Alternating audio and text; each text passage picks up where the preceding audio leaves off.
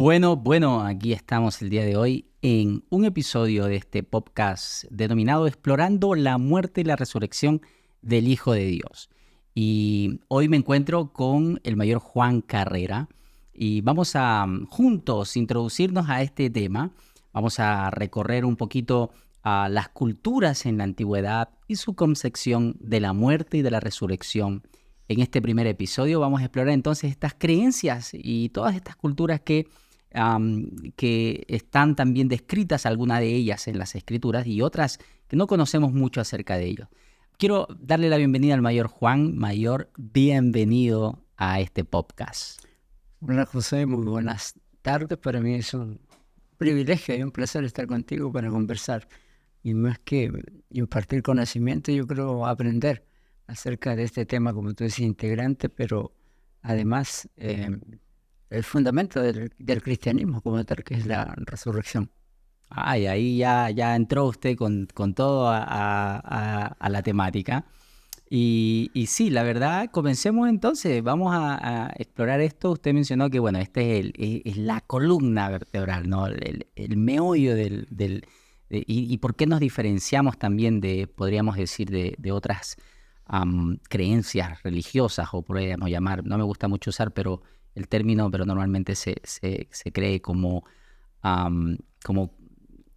culturas religiosas o las otras religiones, porque también hay religiones que creen en la muerte y la resurrección, y desde esa perspectiva, cómo esta gente o estas culturas también creen en este concepto. Mayor, ¿qué tal si empezamos con esta pregunta? ¿Cuál era la concepción de la muerte en las culturas paganas y en las culturas antiguas? Mira, examinando un poco la historia de los pueblos, de las tribus antiguas, cada pueblo tenía su propio concepto con relación a la muerte. Y al mirar la muerte también es bueno diferenciar que en la gran mayoría de ellos, o casi en ninguno, existe el concepto como tal de resurrección. O sea, cuando hablamos de resurrección, estamos hablando de que el alma que se ha separado del cuerpo vuelva en forma corpórea nuevamente, ¿no? Este concepto como tal no existe. Hasta donde se ha estudiado o se ha visto, no existe este concepto. Entonces, al estudiar hay diferentes conceptos en relación a cómo, por ejemplo, los egipcios, las antiguas culturas mesopotámicas, tenían, ¿no? o veían la muerte como tal de sus personajes. Ahora, lo que ha sobrevivido a nosotros el día de hoy, si tú te das cuenta, son el entierro, los rituales, pero de personajes aristocráticos, de personas importantes, faraones, pero eso deja de lado, por ejemplo, a cómo en general el pueblo en el enterrado, por ejemplo, ¿no? Sabemos que los egipcios enterraban con cierta cantidad de utensilios a sus seres queridos, en algunos casos, y dependiendo de la posición, incluso sus esclavos, otros sus esposas. Entonces, el concepto de la muerte como tal existía, y que existía un conocimiento acerca de una vida después de esta muerte también. Ahora, las diferencias vienen en que cada uno veía la muerte de diferentes maneras, ¿no? Para los egipcios era un tiempo tremendo, ¿no? En el cual, aparte de ser juzgado por el famoso dios Osiris, el dios de la muerte y la resurrección, ¿sí? Venían algunas otras cosas, como poder alcanzar la vida eterna. Era un concepto que solamente terminaba con el juicio, comenzaba ahí, ¿no? Terminaba y comenzaba como tal. Entonces, podemos darnos cuenta que la creencia acerca de esta vida ya estaba ligada indudablemente a lo que hoy es sobrevivido para nosotros, que es la momificación, porque al mirarlos, como te decía, uno encuentra muchas cosas en relación a su pensamiento con respecto a esta vida. Bueno, ahí hay evidencia más categórica, estamos hablando de evidencia clara, antropológica, científica acerca de la momificación. Hay una cantidad impresionante de momias y de féretros hallados, algunos de ellos muy intactos, ¿no? por lo mismo, porque se creía que había como... Y ahí se suele confundir también, a ver si usted me explica también, porque digo, se suele confundir entre la muerte, la resurrección y la encarnación, porque ellos creían que iba a haber una vida después de esta, Sí. iban a reencarnar de alguna manera. Claro, ¿cómo se llama? Como te decía hace un rato, hay que separar los dos conceptos, resurrección y reencarnación, ¿no? Ujú. Y lo que uno llamaría después la vida después de la muerte como tal, porque para algunos de estas culturas la muerte era eterna como tal y que nunca iba a haber resurrección. No es como en las creencias cristianas, ¿sí? Entonces, lo que se trataba de lograr a través de, como tú dices, de la modificación que uno mira, es que ellos trataban de lograr que el tiempo de esta eternidad del ser que se ha muerto sea lo más placentero posible. Ellos veían esto, pero como algo que no podía ser revertido, que no podía ser cambiado. Si te morías y punto, ¿no? Algunas otras culturas incluso creían que al morir ya terminaba, simplemente ibas al castigo como tal, ¿no? Al Hades. ¿Sí? En la cultura egipcia como tal, el mito de Osiris, ¿no? Que relata la historia de este dios que fue asesinado por su hermano y luego resucitado, es muy famoso, ¿verdad? Simboliza el ciclo de la muerte y la resurrección. Pero además, cuando uno estudia esto, se da cuenta que en realidad viene a ser como un poema en relación a la siembra y a la cosecha, a lo que se necesita morir para poder volver a cosechar o a sembrar, ¿no? Jesús incluso utiliza la Biblia, si no te Claro. recuerdo, ¿no? Acerca de que el grano tiene que morir y tiene que caer en tierra para poder Para vivir. volver a... Exactamente. Pero este concepto del cristianismo es totalmente diferente del egipcio. En el egipcio era un ciclo que todos cumplían, pero en el cristianismo no es así. Claro, claro. Y bueno, tenemos más adelante también algunas culturas ya cananitas o cananeas también. Ya en el tiempo de Abraham también, ahí ya se tenía un concepto, bueno, de hecho cuando él también entierra, por ejemplo, a su esposa, entierra más adelante también me parece que a uno de sus criados, había ese concepto de guardar la vida de manera un poco más digna de aquel que ya había abandonado esta tierra, porque había como un cierto cuidado ahí también de la persona como tal. En otras culturas también la muerte, bueno, el que moría era dejado ahí prácticamente tirado y nadie velaba por su cuerpo, pero había otras culturas que cuidaban un poco más este tema y lo tenemos hasta ahora, ¿no? Del entierro, del llevarlo a un lugar, que haya sepultura y demás. Estos conceptos en realidad se manejan desde el concepto, como te decía hace un momento, del cuidado. ¿Sí? El cuerpo para ellos sigue ligado al alma, de alguna forma. Por eso que el entierro era lo más digno posible para quienes ellos consideraban que eran justos. Porque, como tú mencionabas hace un rato, ¿por qué algunos, por ejemplo, eran dejados botados los delincuentes? Eran dejados a que los cuervos o que los animales los depredaran y todo. Porque para ellos ese concepto implicaba que ese ser no iba a tener un descanso eterno. O sea, en realidad es como si no muriera, sino solamente sufriera. Porque para estas culturas había no solamente el concepto de paraíso o descanso, sino también el del sufrimiento. Claro, castigo eterno. Claro, entonces, como el cuerpo estaba ligado al alma, al dejarlo en este tipo, digamos, no entierro, sino a la intemperie, implicaba que esa persona no iba a morir y que iba a sufrir eternamente hasta que su cuerpo volviera de alguna forma o desapareciera en su totalidad. Interesante. Y todo lo demás. ¿Sí? Interesante. Y en las culturas mesopotámicas, ¿qué otras creencias había ahí?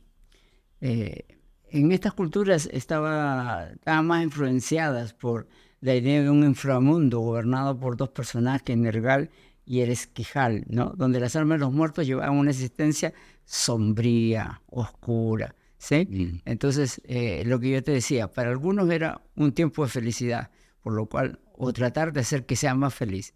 Pero en estas culturas mesopotámicas era más complicado, porque su concepto lo llevaba a que habían dos personajes que eran los que iban a hacer la vida imposible de esta persona. ¿no? Era más sombrío, más de dolor, más de sufrimiento, ¿ya? Como tal.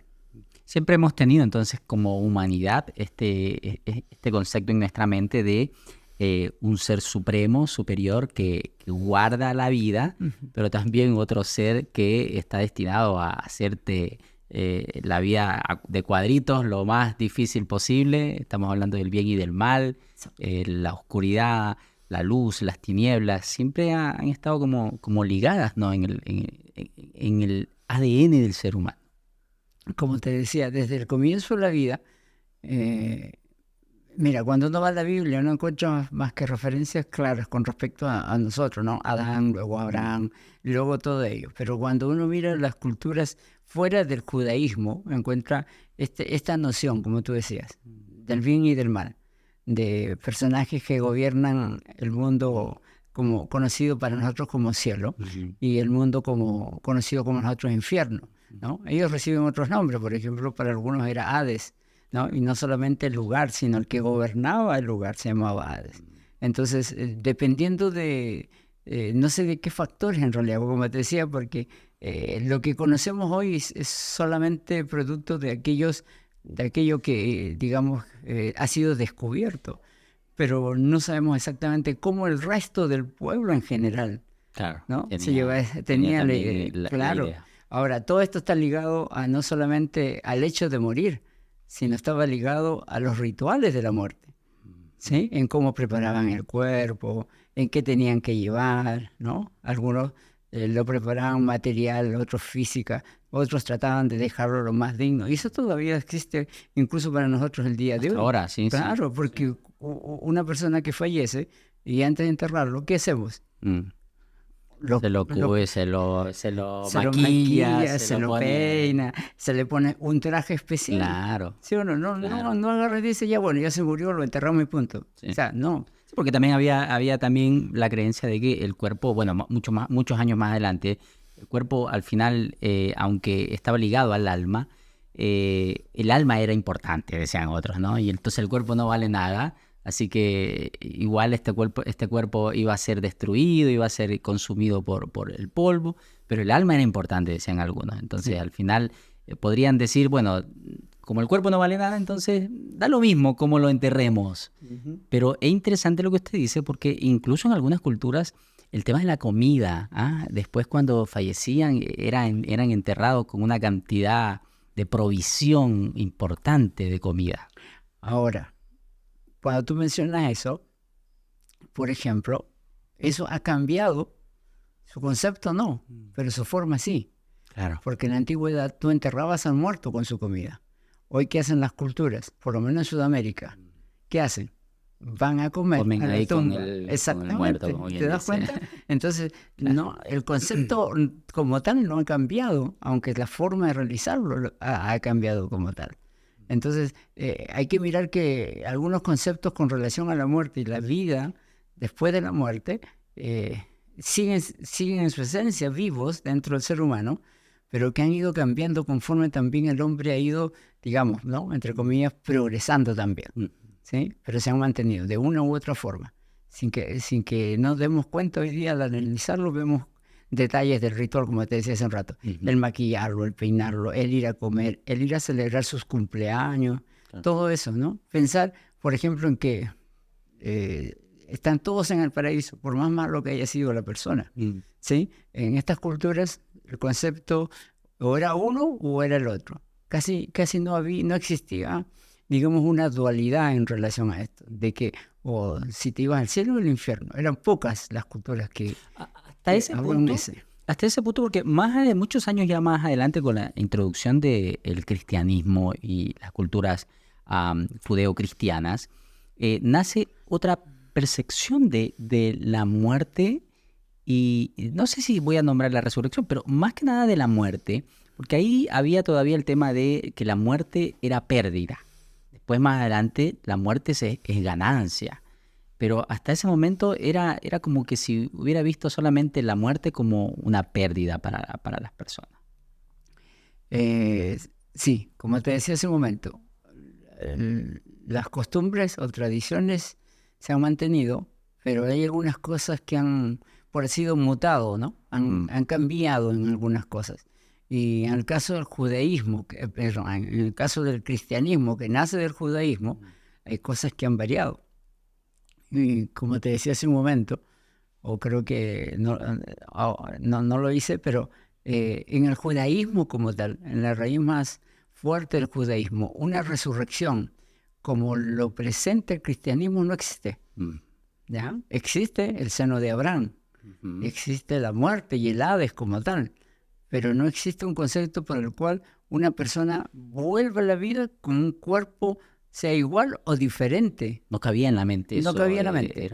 Claro, y cuando tú llegas al primer siglo, donde se inicia la historia de la iglesia cristiana, tú encuentras que para el cristiano predicar sobre la resurrección de Cristo al tercer día en su mismo cuerpo, es que hoy día entendemos por qué decían que estaban locos. Una locura, claro. Claro, porque Pablo cuando se presenta ante los atenienses, lo escuchan con bastante expectación, pero dice la palabra que cuando llega el hecho de que Jesús resucitó, ya le dicen, no, hasta aquí nomás, hasta aquí te escuchamos porque después todo es fantasía. Se le fue la olla a Pablo. Exactamente. Decía. Y ahí entramos ya a la cultura un poco más conocida por nosotros, que básicamente tiene que ver con la cultura hebrea. Encontramos historias también ahí, relatos que demuestran un poco esta concepción judía de la muerte y de la resurrección. ¿Qué historias, por ejemplo, encontramos ahí en la Biblia ya? ¿Con respecto a la vida y la muerte? Sí. ¿O con respecto a la resurrección? Con respecto a la muerte y a la resurrección. Por ejemplo, en el libro de Daniel se narra la historia del profeta Daniel en el foso de los leones, ¿no? Donde Dios lo protege de la muerte, en cierta manera, y lo rescata de la muerte. David también hablaba mucho en ese Salmo 23, cuando decía ahí, aunque pase por valle de sombra y de muerte, no temeré. Como que en la cultura hebrea y judía también había esa concepción de que Dios guardaba de la muerte, te cuidaba de ese estado. Claro. Ahí, como te decía hace un momento, en la cultura judía siempre ha habido la dualidad con relación a qué pasa después que me muero, ¿no? ¿El cielo o el infierno? ¿Sí? Eso es claro. Si tú lees desde el comienzo, desde Adán hacia adelante y todos los personajes, siempre es. Si estás en Dios, por eso es que al comienzo son llamados hijo de Dios e hijo de los hombres, ¿no? Porque según el concepto cómo te comportas, al morirte era exactamente lo mismo. Entonces, personajes como tú dices, Daniel, los amigos de Daniel que son echados en el foso de fuego y todo lo demás, hablan de la protección, pero no solamente de la muerte física como tal, sino de la muerte más allá de la muerte misma, por así decirlo, ¿no? Es por eso que es llamado el seno de Abraham, es como la cobija, el cariño, como el cuidado. El guardado. El guardado, claro. ¿Sí? Porque es interesante la palabra, seno de Abraham, no es llamado el lugar de Abraham, el lugar de descanso, no, es llamado el seno de Abraham por ese hecho, porque cuando uno imagina la palabra, se encuentra a un bebé siendo cuidado o amamantado por su madre. Y un cuadro así te refleja mucho cuidado, mucha ternura, mucho cariño, ¿entiendes? Entonces es interesante que ese es el término que utiliza la cultura, ¿no? Hebrea para definir el lugar en el cual tú te vas.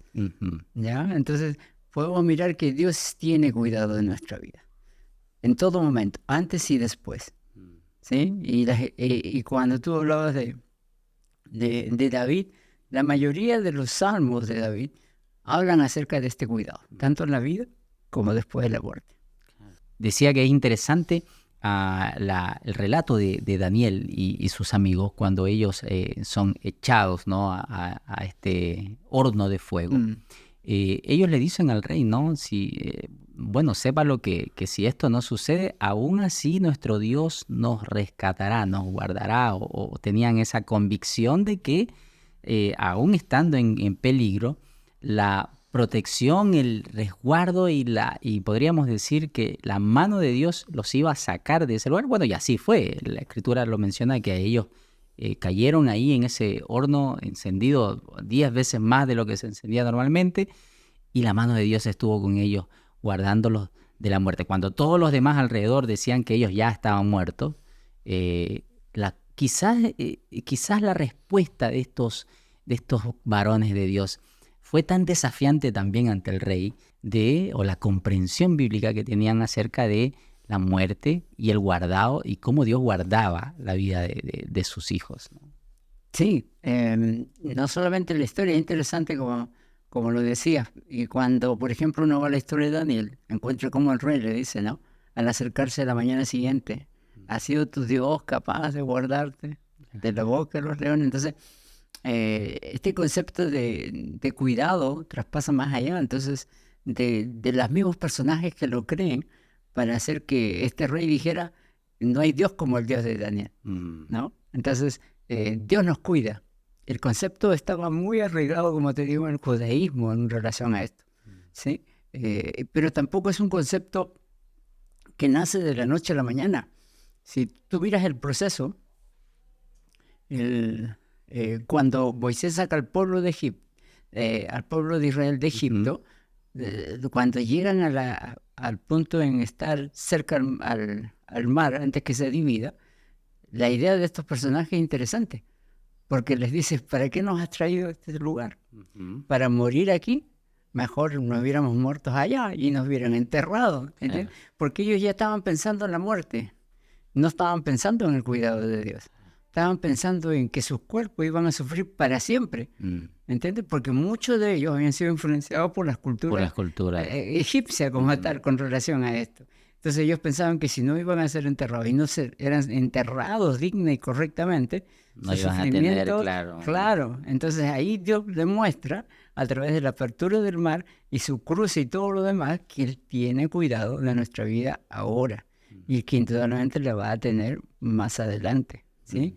Como tú decías hace un rato, durante algún tiempo o durante casi la mayoría de culturas, el concepto de pérdida con la muerte es profundo, es terrible, pero uno ya llega al concepto como creyente al de Pablo. Para mí, el morir es ganancia, ¿no? Y yo creo que ese es el concepto que el creyente debe tener hoy día, ¿sí? Ha ido evolucionando el concepto, ha ido evolucionando la idea con relación a ello, pero esto siempre ha estado, como alguien diría, en el ADN del ser humano. El ser humano. Como tal. Volvemos, vamos a una pausa y regresamos.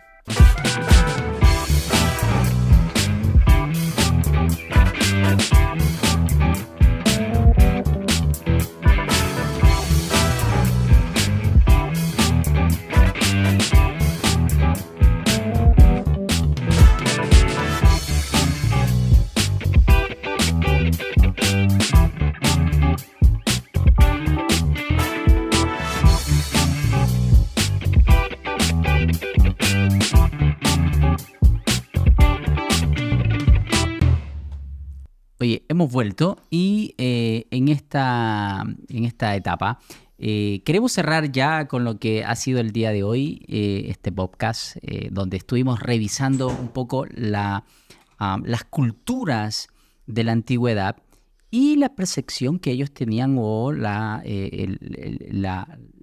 concepción de la muerte, la resurrección y la vida después de la muerte en realidad. Y para hacer un repaso, estuvimos ahí hablando acerca de la cultura egipcia, de cómo ellos desde un inicio, ¿no?, tenían bien instaurado este sistema de rituales que incluso llegaron a tener y que, bueno, al día de hoy tenemos mucha evidencia arqueológica que demuestra cómo eran enterrados sus faraones. Y había una clase ahí también. Egipto tenía una especie de una división entre clases sociales, ¿no? Unos eran enterrados de manera muy pomposa y otros prácticamente sin nada.